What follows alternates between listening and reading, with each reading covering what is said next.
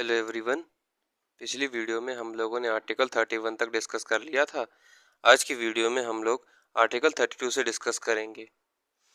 Article 32 जो है वो one of the most important fundamental right है हमारे कॉन्स्टिट्यूशन का। पिछली वीडियो में जब हम लोगों ने फंडामेंटल राइट की बेसिक वीडियो बनाई थी, वीडियो नंबर 1, उसमें मैंने आपको एक बात बताई थी क्या, कि fundamental rights are justiciable in nature. अब जस्टिशिएबल क्या होता है? तो जस्टिशिएबल का मतलब होता है in the case of violation of fundamental right one can directly approach supreme court under article 32। तो अब ये जो लाइन थी कि one can directly approach supreme court under article 32, बस यही हम लोगों को पढ़ना है कि आर्टिकल 32 जो है वो क्या कहता है। और हम लोगों का अगर फंडामेंटल राइट का वायलेशन होता है तो क्या हम लोग हकीकत में सुप्रीम कोर्ट जा सकते हैं? सुप्रीम कोर्ट के पास कौन कौन सी पावर है, क्या नहीं है, बस इसी को हम लोगों को क्या करना है, इस वीडियो में डिस्कस करना है। तो यार आर्टिकल 32 जो है वो, इसका मतलब आप उसकी सिग्निफिकेंस समझ गए होगे कितना इंपॉर्टेंट है आर्टिकल 32। आर्टिकल 32 क्या कहता है कि इन the case of violation of supreme in case of violation of fundamental right one can directly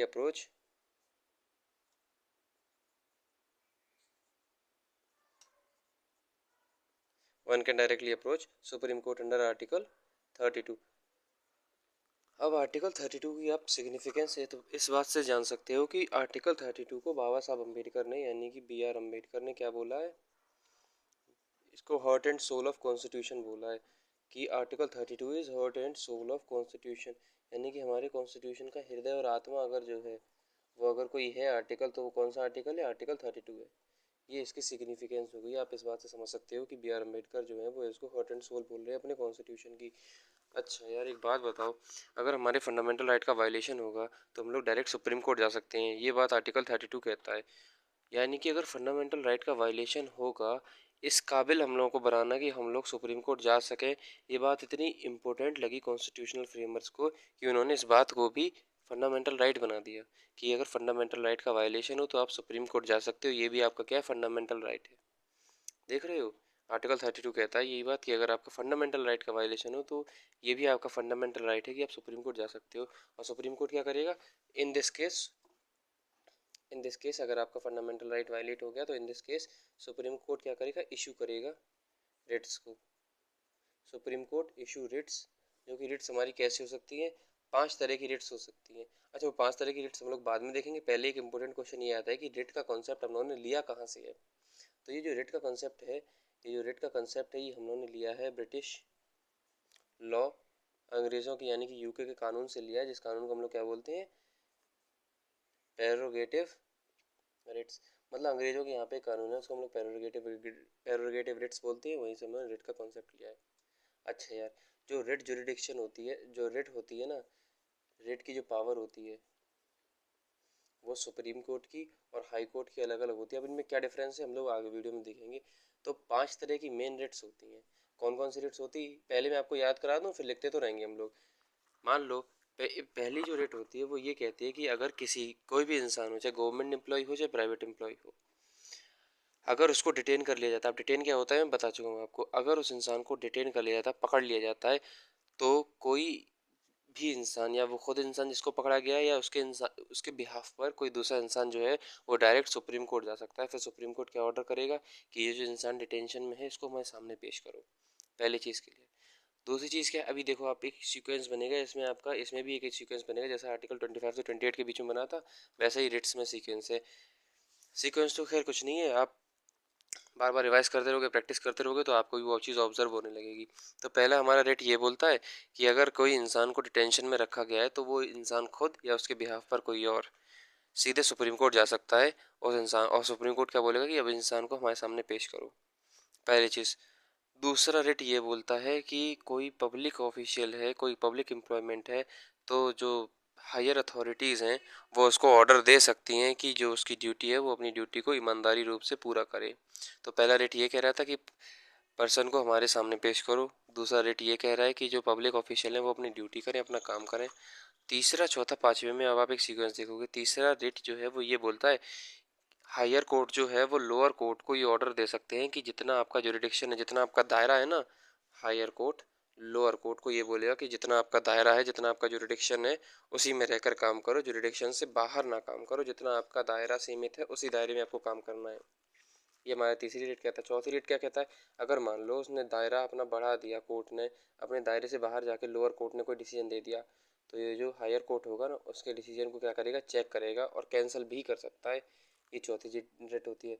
और पांचवी रेट क्या होती है, पांचवी रेट को हम लोग ये बोलते हैं कि बाई वॉट अथॉरिटी, मतलब कोई अगर इंसान कोई चेयर पे बैठा है तो हम लोग क्वेश्चन उठा सकते हैं कि क्या वो इंसान उस चेयर के लायक है ही नहीं, उसको उसका जो क्लेम है उस कुर्सी के लिए, वो उस कुर्सी के लिए अप टू द मार्क है कि नहीं है, वो उस कुर्सी के लिए एलिजिबल है कि नहीं है। ये हमारी 5 रेट हैं, बस यही हम लोग को पढ़नी है कि करके हम लोग का रेट का टॉपिक खत्म हो जाएगा।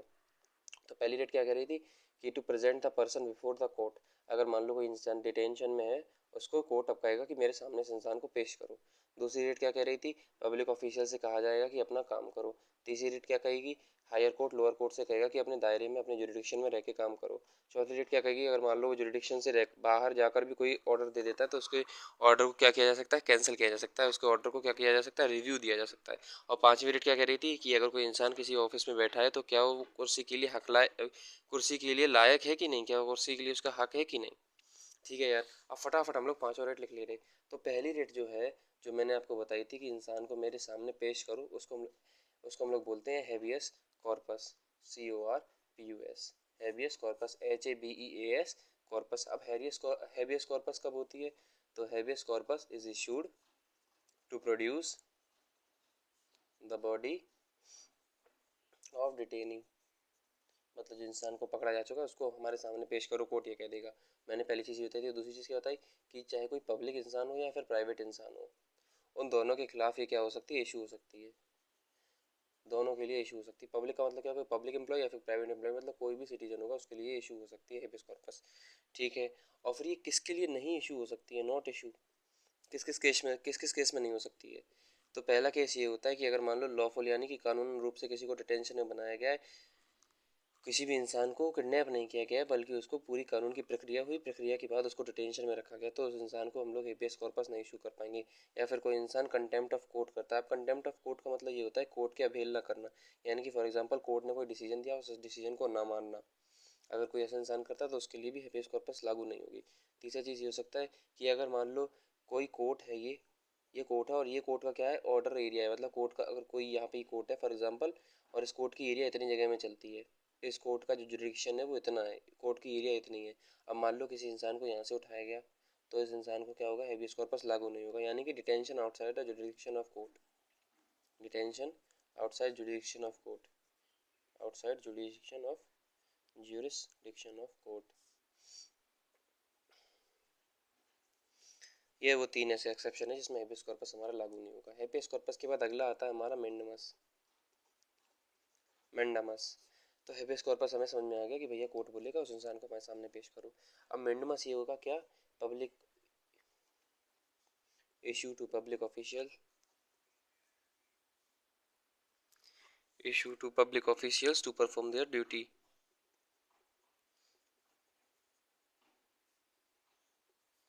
इज ऑफिशियल ड्यूटी, जो उसकी ऑफिशियल ड्यूटी है वो अपनी ड्यूटी को पूरी ईमानदारी से काम करे।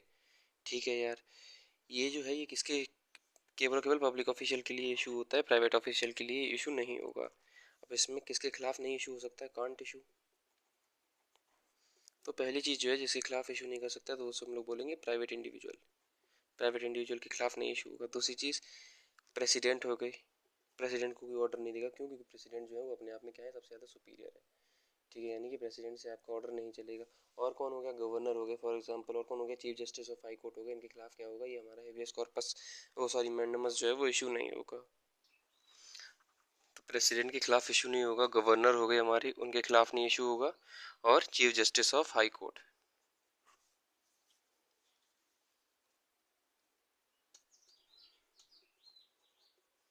उनके खिलाफ इशू नहीं होगा। ठीक है, ये तो हो गए हमारे जिनके खिलाफ मैंडेमस इशू नहीं होगा। और मैंडेमस होता क्या है कि वो ऑर्डर दिया जाएगा कि जितने भी पब्लिक ऑफिशियल है वो अपनी ड्यूटी को ईमानदारी से करें।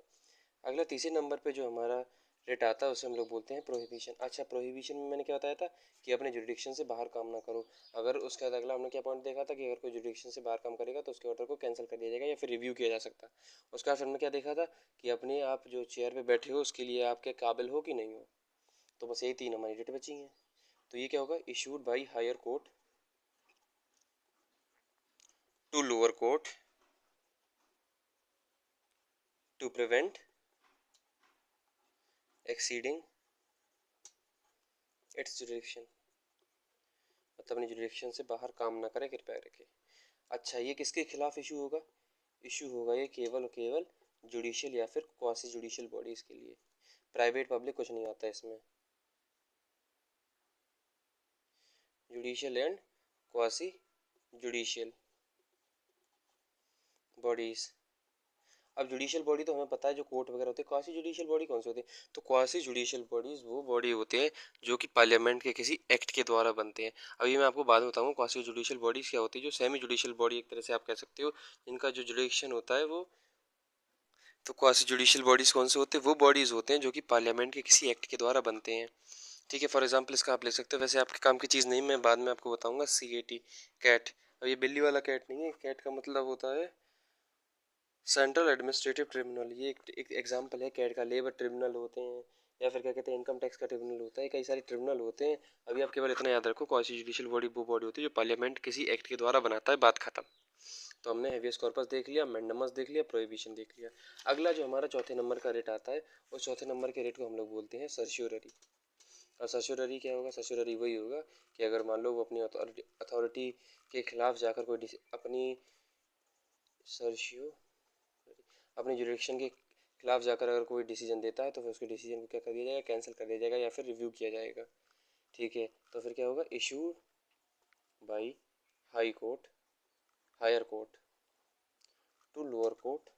मतलब बड़े कोर्ट जो है वो छोटे कोर्ट को। अच्छा, ये तो आपको पता ही होगा, सबसे बड़ा कोर्ट हमारा सुप्रीम कोर्ट होता है, फिर उससे छोटा हमारा हायर कोर्ट होता है, फिर उससे छोटा हमारा सबऑर्डिनेट कोर्ट होता है। ऐसे मतलब सबऑर्डिनेट, SOB लिख दे रहा हूँ, सबऑर्डिनेट कोर्ट। वैसे SUB होता है लेकिन आप SOB से याद रखना। ठीक है, issue by high court to lower court, मतलब कोई भी हायर कोर्ट लोअर कोर्ट को क्या करेगा? ऑर्डर करेगा आइदर टू प्रिवेंट और टू रिव्यू इट्स डिसीजन। उसके डिसीजन को रिव्यू किया जा सकता है कि क्या उसने डिसीजन सही लिया कि नहीं लिया। अच्छा यार, ये इशू किसके खिलाफ होगा? वो तो मैं बता दिया कि it is issue by high court to lower court. और एक और इंसान के खिलाफ इशू हो सकता है। किसके खिलाफ? Against administrative authorities. अब एडमिनिस्ट्रेटिव अथॉरिटी कौन सी हो गई? Administrative authority for example bureaucracy वगैरह जो होती है, जो एडमिनिस्ट्रेशन करती है। अच्छा, पांचवी चीज, चौथी चीज तो हमने देख ली, ये सर्च्योररी। पांचवी चीज क्या होता है? क्यो वारंटो। क्यो वारंटो। अभी क्यो वारंटो क्या होता है? क्यो वारंटो वही होता है कि इट इज़ इशूड, मतलब आप उस कुर्सी के लिए काबिल हैं कि नहीं है, बस। It is issue to inquire legality of claim of a person to public. भाषा टेक्निकल लिखी है, हमें पहले ही बता चुका हूँ कि इंडियन कॉन्स्टिट्यूशन की भाषा टेक्निकल क्यों है। इसके लिए जिससे कि इसके मल्टीपल इंटरप्रिटेशन ना हो सके। भाषा टेक्निकल है लेकिन मतलब आसान है। हेबियस कॉर्पस का सिंपल मतलब ये था कि अगर कोई इंसान पकड़ लिया गया है तो कोर्ट कहेगा कि हमारे सामने उसको पेश करो। मैंडेमस का सीधा मतलब था क्या? जो अथॉरिटीज़ हैं वो लोगों से कहेंगी कि अब आप अपना काम कर सकते हो, परफॉर्म कर सकते हो अपनी ऑफिशियल ड्यूटी को। प्रोहिबिशन का मतलब सिंपल होता है क्या? हायर कोर्ट लोअर कोर्ट से कहेगा कि अपनी जुडिक्शन से बाहर कोई काम ना करें कृपया करके। सर्श्योरी का मतलब सिंपल होगा, हायर कोर्ट लोअर कोर्ट से कहेगा कि आप अपनी डिसीजन के, अगर अपनी जुडिक्शन के खिलाफ कुछ ले लेते हो, जुडिक्शन से एक्स्ट्रा कुछ डिसीजन ले सकते हो, तो आपके डिसीजन रिव्यू किए जा सकते हैं। और क्यों वारंट तो सिंपल चीज़ कहता है क्या? कि आप उस ऑफिस में बैठे हो तो क्या आप उस ऑफिस के लिए काबिल हो, क्या आप आपके पास उतनी क्वालिफिकेशन है उस ऑफिस के लिए कि नहीं है, बस। अब ये किसके खिलाफ नहीं लगेगा? तो एक्सेप्शन तो आपके दिमाग में आ ही जाना चाहिए। किसके खिलाफ? अगेंस्ट मिनिस्टीरियल, जो मिनिस्टर वगैरह होते हैं उनके खिलाफ नहीं लगेगा ऑफिस, और प्राइवेट ऑफिस उनके खिलाफ नहीं लगेगा। ठीक है, और किसी भी इंटरेस्टेड इंसान जो है उसके खिलाफ आपका क्या हो सकता है कि वारंट जो है वो लागू हो सकता है। अब ये तो हम लोगों ने समझ लिया कि रेट्स क्या होते हैं, रेट्स हमने कहाँ से लिए हैं, रेट कितने तरह की होती है, किस आर्टिकल में रेट आती है, रेट को क्या कहते हैं, heart and soul of a constitution. ये फंडामेंटल राइट का भी क्या है, फंडामेंटल है।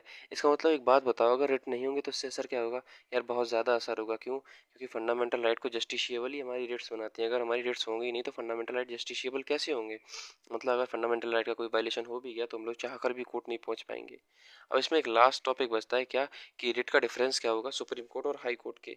मतलब सुप्रीम कोर्ट की रेट की पावर कितनी होगी और हाई कोर्ट की रेट की पावर कितनी होगी। तो हम लोग पहले ही पता है क्या कि सुप्रीम कोर्ट की जो रेट की पावर आती है वो आती है आर्टिकल 32 में, और हाई कोर्ट की आती है आर्टिकल 226 में। पहले हम लोग बता चुके हैं, ठीक है। ये केवल और केवल फंडामेंटल राइट को इन्फोर्स कराने के लिए लग सकती है सुप्रीम कोर्ट की writ, only to enforce fundamental right. ये कोई भी राइट हो, चाहे फंडामेंटल हो चाहे लीगल राइट हो। लीगल मतलब जो हमारा कॉन्स्टिट्यूशन या फिर कॉन्स्टिट्यूशनल राइट हो। जो लीगल जो कोई लॉ हमें राइट देता है ना, मतलब ये केवल फंडामेंटल राइट्स के लिए होंगे। अब लीगल राइट क्या होता है ये सारी चीज़ें मैं आपको पहले ही बता चुका हूँ। तो फंडामेंटल राइट और लीगल राइट दोनों के लिए लग सकती है। अच्छा, ये जो है इसकी जो रेट की जो पावर होगी वो ऑल इंडिया के लिए। मतलब अगर इसका टेरिटोरियल जुरिडिक्शन देखोगे कि मतलब किस एरिया तक इसकी रेट का क्या कहते हैं रेट का पावर रहेगा, तो ये टेरिटोरियल इसका जुरिडिक्शन जो है, इसका टेरिटोरियल जुरिडिक्शन इंडिया है। पूरी पूरी इंडिया में सुप्रीम कोर्ट एक ही है, तो पूरी इंडिया में कहीं भी लग सकता है। इसका अगर टीजे आपको देखना है तो इसका जो अगर वो टेरिटोरियल जुरिडिक्शन है तो वो जो है वो उस स्टेट की, जो फॉर एग्जांपल अगर यूपी का इलाहाबाद हाई कोर्ट है तो इसकी जुरिडिक्शन कितनी होगी, यूपी। महाराष्ट्र का बॉम्बे हाई कोर्ट है तो इसकी जुरिडिक्शन कितनी होगी, महाराष्ट्र। और फिर जितने भी अगर कोई हाई कोर्ट है तो उसकी जुरिडिक्शन वही होगी जो उस हाई कोर्ट की जुरिडिक्शन है। ठीक है भैया। और फिर क्या हो सकता है, सुप्रीम कोर्ट मना नहीं कर सकता है इस रेट को इशू करने के लिए। आर्टिकल 32 क्या है हमारा, फंडामेंटल राइट है। मतलब supreme court can't refuse to exercise, मतलब सुप्रीम कोर्ट ये नहीं कह सकता कि मेरा मन नहीं है, मैं रेट जो जुडिक्शन है उसको एक्सरसाइज नहीं करूंगा। सुप्रीम कोर्ट के ऊपर क्या है, कंपल्सन है। लेकिन ऐसा कोई हाई कोर्ट के ऊपर नहीं है कि high court can refuse. High court अगर चाहे तो वो रिफ्यूज कर सकता है। हाई कोर्ट कैन रिफ्यूज, ये क्या है, हाई कोर्ट का डिस्क्रिशन है। डिस्क्रिशन मतलब उसकी मर्जी है यार, चाहे तो आपका रेट जुडिक्शन लगा सकता है चाहे नहीं लगा सकता है। अच्छा, एक मोस्ट इंपॉर्टेंट क्वेश्चन ये आता है कि रेट जुडिक्शन तो फिर किसकी बड़ी हुई, सुप्रीम कोर्ट की हाई कोर्ट की। तो आप लोग ये याद रखना कि जो इसकी जो रेट जुडिक्शन है, मतलब रेट लगाने की जो पावर है ना, वो किसकी बड़ी है, rate जुडिक्शन of high court is greater than supreme court. क्यों? क्योंकि हाई कोर्ट जो है वो लीगल और फंडामेंटल दोनों राइट पे लगा सकता है, लेकिन ये केवल केवल फंडामेंटल राइट पे लगाएगा। तो ये मुझे उम्मीद है कि आपको रिजर्वेशन समझ में आ गई होगी। वैसे आर्टिकल 33, 34, 35 बहुत आसान है और बहुत छोटे हैं, इनसे क्वेश्चन आते नहीं है। लेकिन फिर भी मैं आपको बता दूं कि अगर आप आर्टिकल 33 की बात करोगे तो आर्टिकल 33 ये एक सिंपल चीज़ कहता है क्या, कि अगर पार्लियामेंट चाहे, कौन चाहे, पार्लियामेंट चाहे, तो जितने भी हमारे आर्म फोर्स के लोग होते हैं, जो मिलिट्री के हो गए, पैरामिलिट्री के हो गए, पुलिस के हो गए, या फिर इंटेलिजेंस एजेंसी के हो गए, या फिर कोई गुमनाम एजेंसी है जो कि देश के लिए बहुत इंपॉर्टेंट काम करती है, तो पार्लियामेंट अगर चाहे तो उनके जो फंडामेंटल राइट है उनको रेस्ट्रिक्ट किया जा सकता है। ये आपको बात समझ में भी आ गई होगी। तो आर्टिकल 33 क्या कहता है कि it empowers parliament to restrict FR का मतलब फंडामेंटल राइट है ऑफ पुलिस हो गई हमारी, पैरामिलिट्री हो गई, मिलिट्री फोर्स हो गई, मिलिट्री हो गई हमारी, पैरामिलिट्री हो गई, नेवी आर्मी, वो सारी चीज़ें आ गई। आर्म फोर्सेस में नेवी आर्मी एयरफोर्स सारी चीज़ें आती है। मिलिट्री आर्मी पैरामिलिट्री हो गई, या फिर इंटेलिजेंस एजेंसी हो गई। इनके जो लोग होते हैं ना उनके फंडामेंटल राइट को पुलिस चाहे तो रेस्ट्रिक्ट कर सकती है, फंड पार्लियामेंट चाहे तो। क्या हुआ जरा एक्सप्लेन करो। मैं ये कह रहा हूँ दोस्त, मान लो राइट टू स्पीच हमारा एक फंडामेंटल राइट है, तो जो आर्म फोर्स में या फिर इंटेलिजेंस वाला बंदा है क्या उसको भी आर्टिकल मिला है? नहीं, उसको नहीं मिला है आर्टिकल। क्यों? क्योंकि उसके पास एक सेंसिटिव इन्फॉर्मेशन है, उसके पास कोई ऐसी इन्फॉर्मेशन है जो हमारे देश के लिए कैसी है, बहुत ज़रूरी है। अगर मान लो राइट टू इन्फॉर्मेशन के तहत वो भी हर जगह गाता फिरे कि मेरे पास ये इन्फॉर्मेशन, तो ये हमारे देश के लिए खतरा बन सकती है ना। इसलिए पार्लियामेंट जो है उस वो चाहे तो इन लोगों के राइट को, फंडामेंटल राइट को रेस्ट्रिक्ट कर सकती है। तो क्या रेस्ट्रिक्ट किया गया है? बिल्कुल किया गया है। फॉर एग्जांपल आर्मी के लिए आर्मी एक्ट है, नेवी के लिए नेवी एक्ट है, पुलिस के लिए पुलिस एक्ट है, एयरफोर्स के लिए एयरफोर्स एक्ट है। वो क्या करता है कि जो नॉर्मल सिटीजन को फंडामेंटल राइट मिले हैं उनसे बहुत सारे कम फंडामेंटल राइट हमारे आर्म फोर्स वालों को मिले। क्यों? क्योंकि यार वो ऐसी पोजीशन पे बैठे हैं कि अगर उन्होंने अपनी इंफॉर्मेशन को थोड़ा भी अगर इधर से उधर पहुंचाया तो इससे हमारे देश के ऊपर खतरा आ सकता है। तो ये आर्टिकल 33 हो गया। अब आर्टिकल 34 क्या कहता है? आर्टिकल 34 ये कहता है कि अगर मान लो मार्शल लॉ लगा है, मार्शल लॉ क्या होता है? मार्शल लॉ मिलिट्री लॉ मान लो, मार्शल लॉ लगा है। अब मार्शल लॉ अगर लगा है ना, मार्शल लॉ मतलब ये मान लो कि उस टाइम पर अब नॉर्मल एडमिनिस्ट्रेशन नहीं चल रहा, जितनी भी पावर है वो किसके हाथ में? मिलिट्री के हाथ में। तो अगर मान लो किसी जगह पर मार्शल लॉ लगा है ना, तो इस केस में फंडामेंटल राइट जो है वो सिटीजन के रेस्ट्रिक्ट हो जाएंगे। तो मार्शल लॉ क्या करेगा? It restrict fundamental right. Martial law fundamental right को रेस्ट्रिक्ट कर देगा, ये आर्टिकल 34 कहता है। आर्टिकल 35 क्या कहता है? आर्टिकल 35 ये कहता है कि कुछ ऐसे फंडामेंटल राइट हैं जो कि पार्लियामेंट के ही पास हैं, मतलब सेंटर के ही पास हैं, स्टेट के पास नहीं है। यानी कि कुछ ऐसे फंडामेंटल राइट के ऊपर सरकार केवल और केवल पार्लियामेंट ही कानून बना सकती है, उसके ऊपर स्टेट जुरिडिक्शन नहीं चलेगी।